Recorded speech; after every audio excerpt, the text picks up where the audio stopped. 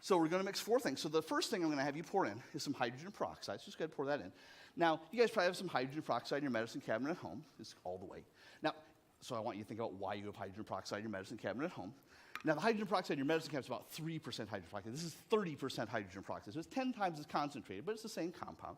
Now, the next one I'm going to have to add, this is some dish soap, which has nothing to do with the reaction, but it's going to help us observe the reaction better. You'll see what I mean by that in a minute. Now, I have to be careful here. It's very critical that I add exactly that much. Good. Kids show, 1 fart joke. Got to do it. All right. Now, the next thing we're going to add is some food coloring, which also has nothing to do with the reaction, but it makes it pretty. No reason your science can't be pretty. So you take the red, I'll take the blue. So do it this way.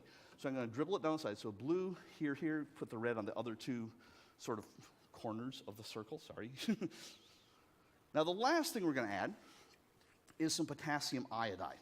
Now, you do not have potassium iodide per se in your body, but what you do have is an enzyme called catalase. And when hydrogen peroxide runs into that enzyme called catalase, it does basically the same thing as when it runs into potassium iodide, which is this. So I'm going to dump it hard enough to kind of hit the bottom and then get your hand out of the way.